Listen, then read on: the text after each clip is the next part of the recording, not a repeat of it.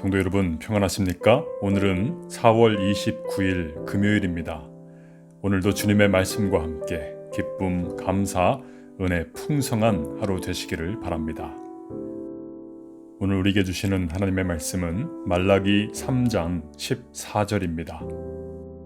이는 너희가 말하기를 하나님을 섬기는 것이 헛되니 만군의 여호와 앞에서 그 명령을 지키며 슬프게 행하는 것이 무엇이 유익하리요. 아멘.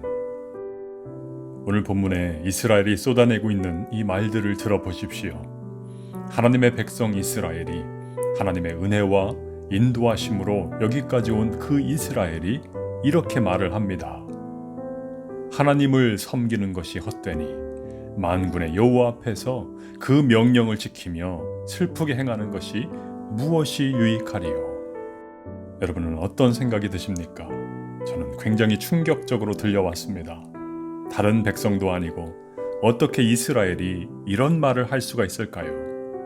하나님 섬기는 것이 다 쓸데없다 말합니다. 하나님 말씀을 다 지켰고 하나님 앞에서 눈물과 슬픔으로 회개도 다 해봤는데 나에게는 아무 유익이 없었다. 아무 소용없다. 내가 왜 하나님을 믿는지 모르겠다. 그런데 사실 우리도 종종 이런 불평을 토로할 때가 있습니다.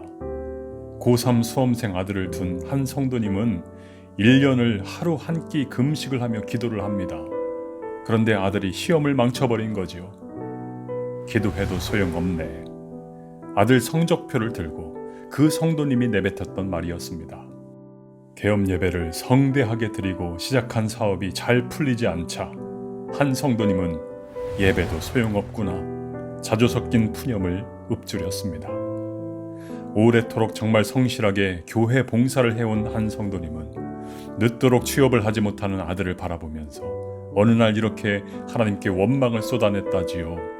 하나님, 제가 얼마나 열심히 봉사를 해왔는지 하나님이 아시잖아요. 그런데 왜 취업의 문을 열어주지 않으시는 겁니까?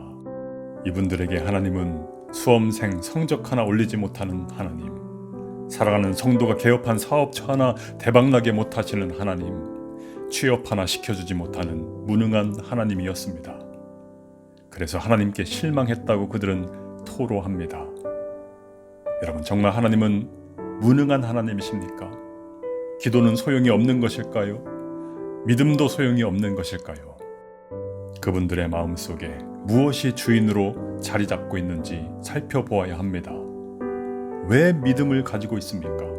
그 목적이 하나님이 아니었습니다. 오로지 현실적인 이익이었습니다. 하나님이 아니라 현실적 이익에 목매고 살아가는 사람들에게 하나님은 언제나 무능한 분일 수밖에 없습니다. 그 인생의 목적이 하나님이 아니라 물질이고 오로지 성공이고 형통한 삶이기 때문입니다. 그러나 살아계신 하나님을 만나고 인생의 목적이 하나님으로 바뀌는 순간부터 그들의 삶의 질이 달라집니다. 하나님께서 그들의 인생을 이끌어 가시기 때문입니다. 수많은 신앙의 선배들, 하나님 나라를 향해 그렇게 걸어갔던 이들은 증언하지요. 믿음이 내 삶에 위대한 역사를 일으켰다고 말입니다. 기도가 나를 살렸다고 말입니다. 여러분, 하나님은 지금도 살아계십니다. 내 삶에 놀라운 일을 행하고 계십니다. 오늘 저와 여러분에게도 참 좋으신 하나님, 살아계신 우리 주님의 역사가 체험되는 복된 하루 되시기를 주님의 이름으로 축원합니다. 기도하겠습니다.